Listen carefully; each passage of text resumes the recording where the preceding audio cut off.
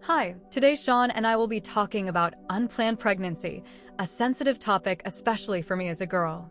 I feel sorry for the children who are treated poorly because of this. In any case, we will now discuss this in more detail.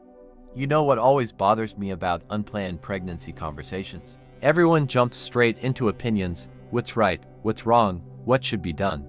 Almost nobody talks about the actual moment itself. The second when you realize your life just split into before and after, and you didn't get to choose the timing or prepare for it. That moment is quiet, heavy, and deeply personal, but people skip it because it's uncomfortable. What scares people isn't the pregnancy itself, it's the loss of control. Plans stop meaning anything. Timelines collapse, and suddenly you're not arguing ideas anymore. You're standing inside a reality that doesn't care whether you feel ready or not. I agree, and I think that moment hits the body before it hits the mind. People imagine it as a thought, but it's more like a physical reaction: tension, nausea, fear, silence. Your system reacts before you can even label what you're feeling. And then later, much later, words come. That's why judging reactions is so dangerous. Someone being quiet or emotionally flat doesn't mean they don't care. It often means they're overwhelmed. Silence can be shock, not indifference. There's also this massive pressure to react correctly. If you're not immediately happy, people assume something is wrong with you. If fear comes first, they label it as weakness. But fear is the most honest emotion in this situation. It means you understand the weight of what's happening. I actually distrust people who say they weren't scared at all. Either they're lying to protect an image, or they haven't fully processed responsibility yet. Growth forced by circumstance is never gentle, and pretending otherwise just creates guilt later. Yeah, and fear doesn't cancel love. That's something people confuse all the time. You can care deeply and still be terrified. In fact, the more you care, the heavier it feels. Indifference is light, responsibility is heavy. Unplanned pregnancy exposes how immature our cultural expectations are. We expect instant clarity in a situation that rewrites everything. That's not realistic, that's cruel. Another thing people ignore is how differently men and women experience the same moment. For many women, the pregnancy starts long before the words are spoken. There's suspicion, waiting, physical changes, private panic. By the time they tell someone, they've already lived through several emotional stages. Men often enter late. They get one sentence and are expected to instantly be on the same emotional page. That gap creates misunderstanding, not because someone is careless, but because their timelines never matched. And that gap is dangerous if it's not acknowledged. Men may go silent and start calculating survival, money, work, future. Women may interpret that silence as emotional abandonment. Both are reacting to fear, just in different languages. Neither side is wrong. They're just scared differently. And when fear isn't translated, it turns into resentment. Something else people hate admitting is that love alone doesn't solve this. Love helps, but it doesn't erase fear, doubt, or resentment overnight. Pretending it does sets people up for failure and shame when reality doesn't match the fantasy. Guilt becomes poison here. People feel bad for not feeling what they're supposed to feel. But emotions don't follow moral rules.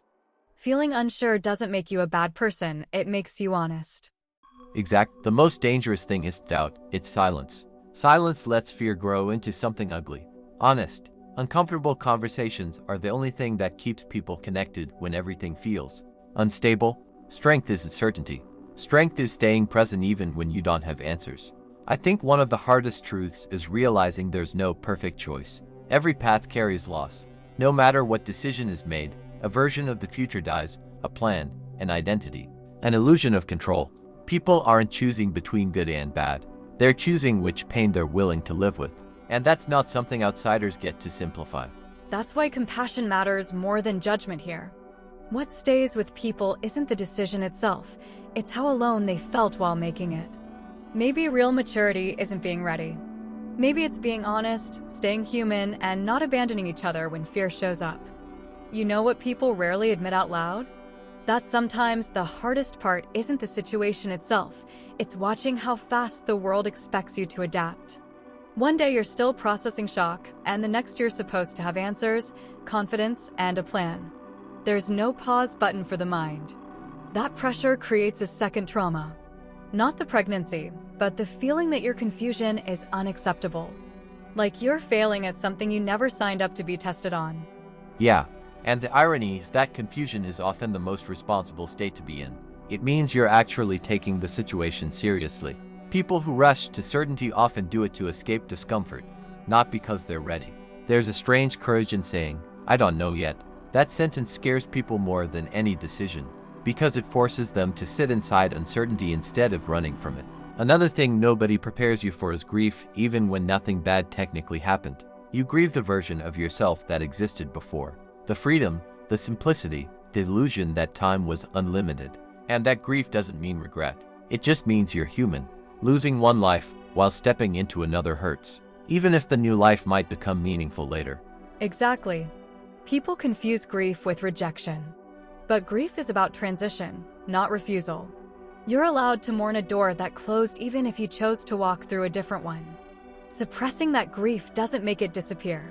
It just resurfaces later as resentment, exhaustion, or emotional numbness. What worries me most is how often people go through this alone while technically not being alone. Friends talk, family advises, but nobody actually listens without trying to steer the outcome. Support shouldn't feel like persuasion. Sometimes the most helpful thing is having someone sit there and say, "I don't know either, but I'm here." Yeah, real support doesn't rush closure. It doesn't demand optimism. It stays even when the answer is uncomfortable or unfinished. Most people don't need advice. They need permission to feel what they're feeling without being corrected. There's also this myth that once a decision is made, peace instantly follows. That's bullshit. Decisions don't erase emotions, they just change their shape. Peace is something that grows slowly, not something you unlock by choosing correctly. Anyone selling instant relief is lying, or hasn't been through it. And expecting peace immediately can make people feel broken when it doesn't come. Like they made the wrong choice just because it still hurts. Sometimes healing looks like functioning while still hurting. And that's okay. If there's one thing I wish people understood, it's that unplanned pregnancy isn't a moral test. It's a human experience that exposes fear, love, immaturity, and strength all at once. Judgment simplifies it. Compassion respects its complexity. Yeah, and nobody comes out of it the same person they were before. Whether they want to or not, it forces growth. The only real failure is pretending it didn't change you. I also think unplanned pregnancy forces you to confront adulthood in the rawest way. No transition period. No, I'll prepare myself first. One day you're still mentally living episode by episode, and the next day your life becomes a long-term project whether you like it or not. And that sudden shift breaks people, not because they're weak, but because they didn't get time to adapt. What hurts the most is that a lot of young people don't even have space to say out loud, "I'm scared." They jump straight into acting strong because weakness feels illegal in moments like this. But fear doesn't disappear just because you ignore it. It leaks out later, in silence, in anger, in distance between partners. And partners drifting apart is a huge part nobody wants to talk about. Because now it's not just to people dealing with shock, it's to different fears colliding. One is thinking about survival, the other about identity, and both feel misunderstood. You stop being a couple for a moment and turn into two separate panic rooms. And if there was already instability before, money, goals, mental health, pregnancy doesn't hide it, it amplifies it. It's like turning the volume all the way up on problems you were avoiding. Some people grow into it. Others realize they were never really standing on solid ground to begin with. There's also this cruel expectation that love will automatically fix everything. Like the baby becomes some kind of moral reset button. But love doesn't pay bills. Love doesn't heal unresolved trauma overnight.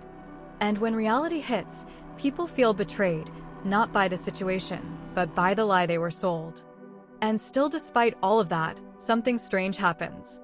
Even in fear, even in resentment, there's this quiet shift where you realize life isn't asking you if you're ready.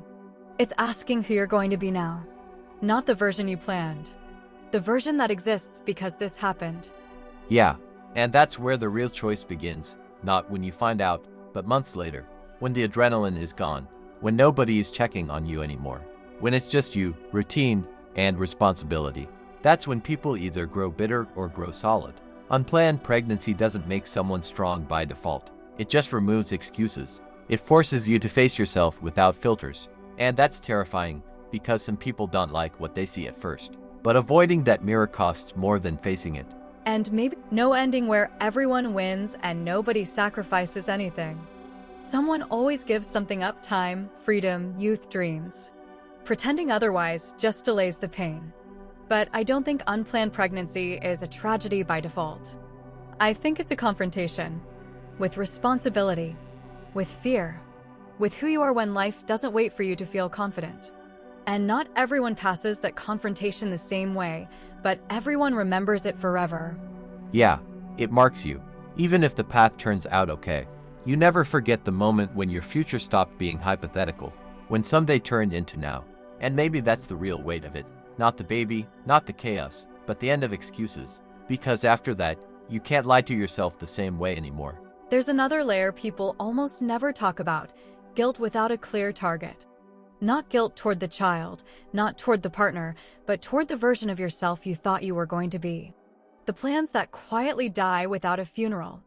You don't even get to mourn them properly, because saying "I'm sad about the life I want to have" feels selfish in this context. And that guilt doesn't scream. It whispers. It shows up when you're alone, late at night, scrolling, watching other people live freely.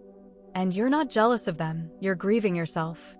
That's the part that makes people emotionally numb if they don't acknowledge it. Yeah, and what's dangerous is pretending that numbness is maturity.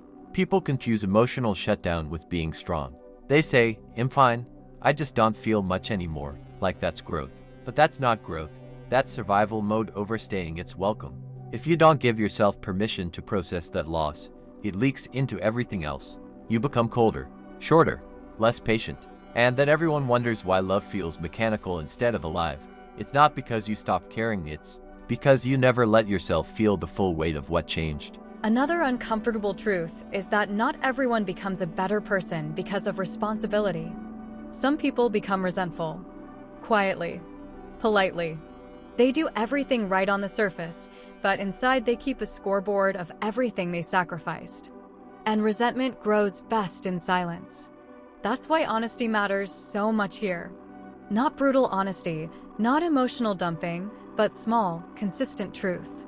Saying "this is hard" before it turns into "this ruined my life." Because once resentment sets in, it doesn't announce itself. It just rewrites how you see everything.